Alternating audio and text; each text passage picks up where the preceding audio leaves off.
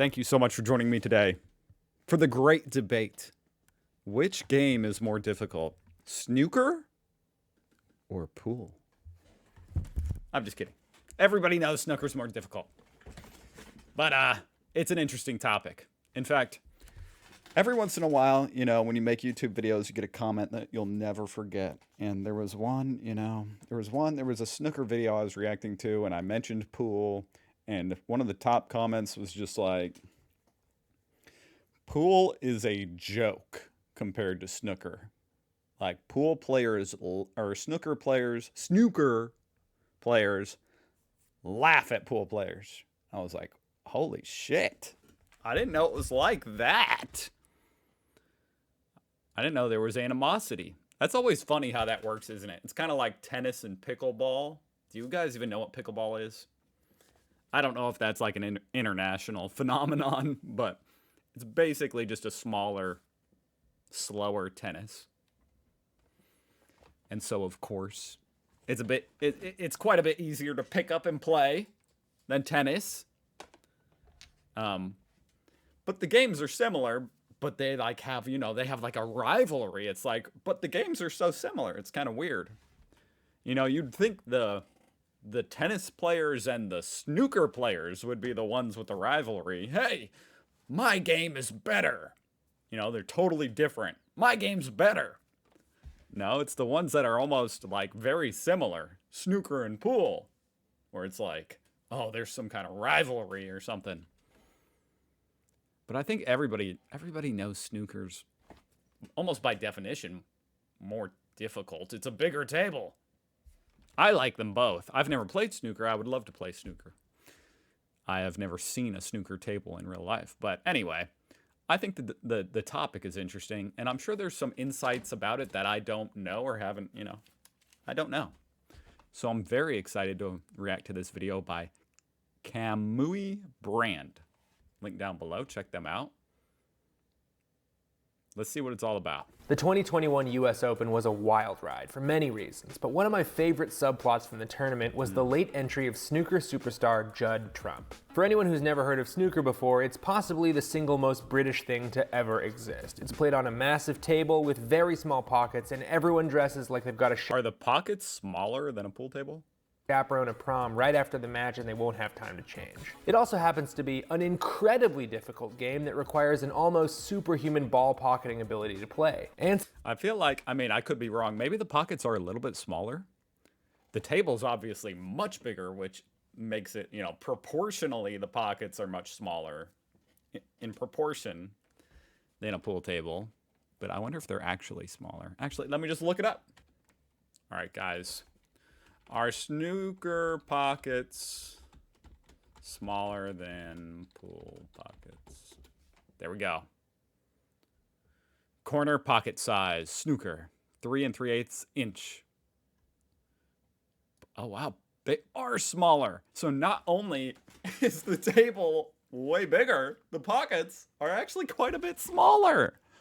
Holy mother. Dude, that's insane. That is actually insane. That just makes me appreciate these snooker compilations even more. That is unbelievable to think they're playing on that big of a table and sinking these balls into pockets smaller than a pool table. since Judd Trump is one of the best snooker players in the world, it follows that he's really, really good at using a stick to hit a ball into another ball into a pocket. Now, while there are a lot of differences, and that does make sense, going back to the pickleball tennis thing, there's a guy named Jack Sock who was like a top 10 tennis player. He switched to pickleball, and like that, he's like a top 10 pickleball player. But that's not going to happen the other way around, you know what I mean? You're not going to go from being top 10 pickleball player to top 10 tennis player like that.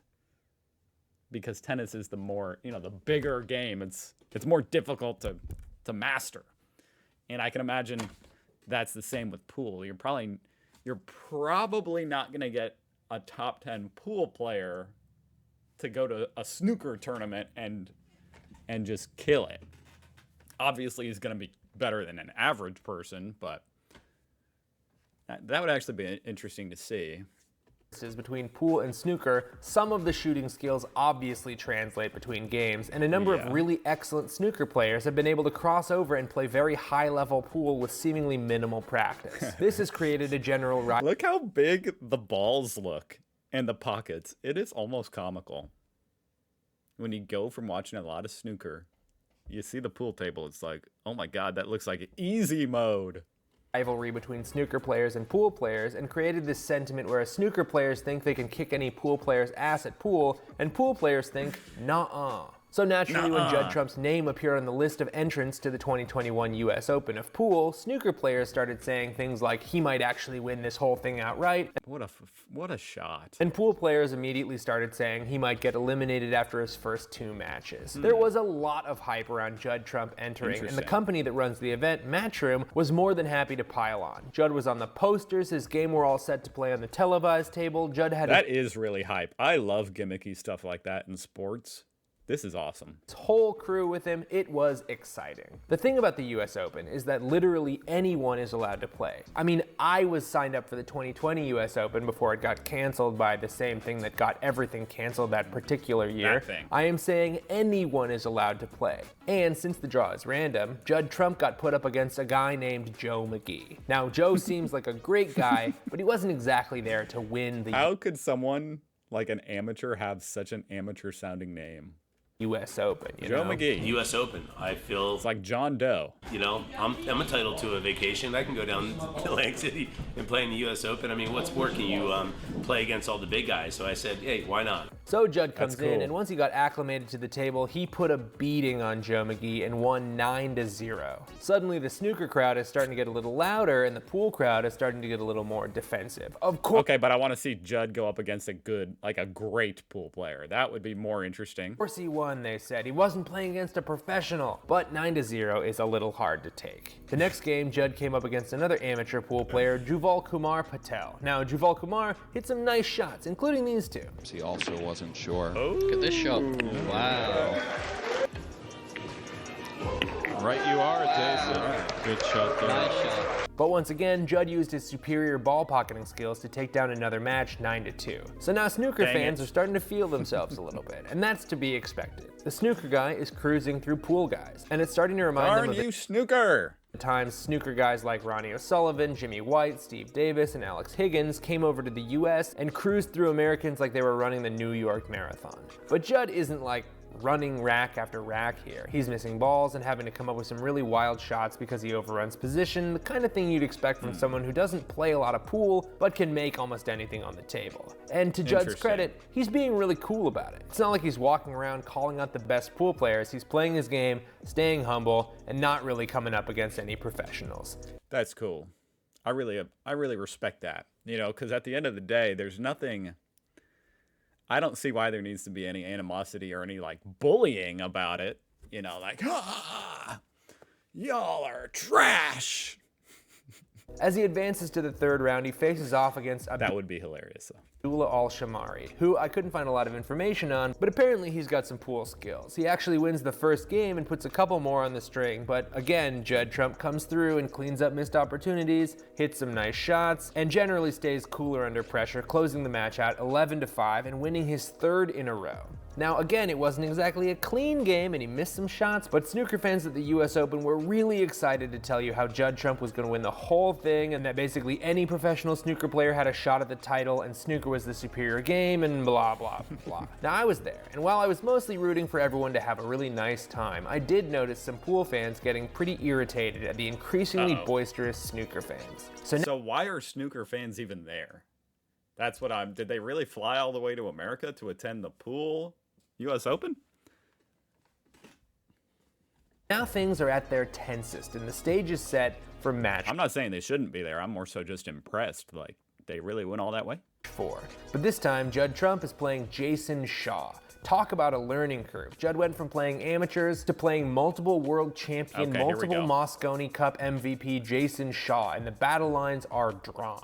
Judd has been overperforming here at the US Open with 3 commanding victories after never having really played 9-ball before. And Jason was ready to prove to the world that pool was about more than just being really good at hitting a ball in a hole.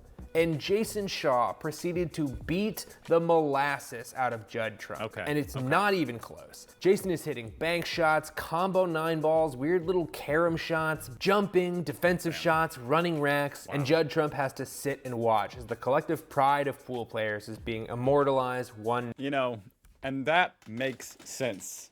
That makes a lot of sense, and it's pretty easy to explain.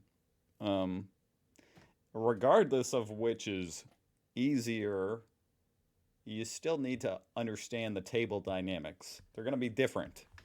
You know, you can't just go from, you know, playing bank shots on a large table to playing them on a small table, and you're not going to be as good as the best in the world who are used to that size and whatever other little minor things that might be different between pool and snooker. You know, there's a little bit of a different position strategy maybe between, you know, snooker. They're different formats of a game.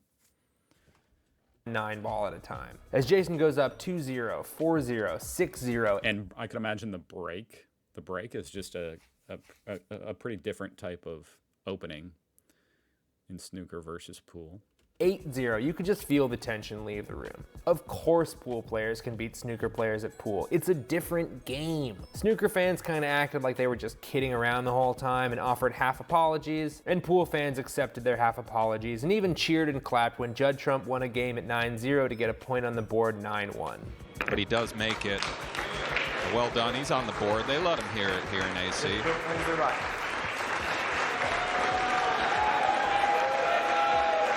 And he's being a good sport about it. I like it. Ironic applause. Well, I mean, what this really illustrates is just that, yes, a snooker player can come to pool and be great. Like that. He can be phenomenal. But he's not going to be the best. But, with that said, you probably give him a year. And if he played every day on the pool table, he'd probably be one of the best. If he's one of the best snooker players. You know what I'm saying? well done, John. Well I could see that being the case. done, mate. But after Judd missed on a 5 ball, Jason banked it in the heart of the pocket and flashed another 2 games to win 11-1. And the Judd Trump subplot was effectively wrapped up. When two tribes go to war, He did have another match with Justin That's cool. Theron and even attempted and made a jump shot, but lost at Hill Hill and was out of there. Okay, see, now that's an interesting... Are there no jump shots in snooker? See, now that's a whole different type of skill set right there. That's a very different type of shot. But I thought there were jump shots in snooker. Gotta look it up. Yes, there are jump shots in snooker. Okay. The tournament. So, what did we No surprise that he made it then. learn? Well, for one thing, Judd Trump was pretty cool about the whole thing. He didn't get cocky when he whitewashed Joe McGee or won the next 2 games, and he didn't get bitter or weird about losing 2 and going home. He was, and I cannot stress this enough, a professional.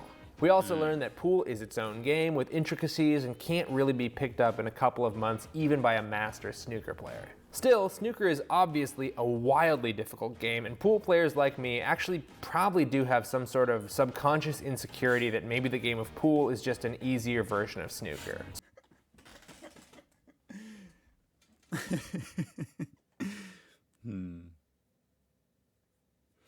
You know, it is kind of an interesting thing to think about, because what does it even really mean to say it's an easier version? Because they both have basically an unlimited skill cap. You know what I mean? It's not like, and no offense to any bowling players out there, but in bowling you can get a perfect game. Now, of course, you can do that in pool, but nobody can do it every time. And nobody can do that every time in bowling either. I guess I shouldn't say bowling. I won't bring bowling into it. But my point is the skill cap is infinitely high. So you can, you know, there's no limit on how good you can get at pool. So same with snooker. So Jason just But as far as, you know, being able to pick it up and play it, you could certainly pick up and play pool a little bit quicker than pick up and play snooker, just because you're not going to make as many shots in the snooker because the pockets are smaller and the table's bigger. Taking Judd to the woodshed was a really nice reminder of pool's uniqueness, and the uneasy snooker pool truce is back in place. At the end of the day, it's important to remember to just be cordial and respectful of each other's chosen games. Because, and I can't stress this enough, they're both just people using a stick to hit a ball into another ball into a hole. It's serious. Yeah, they have a lot in common. You guys have a lot in common, whether you like it or not. Serious business, but it's also supposed to be fun.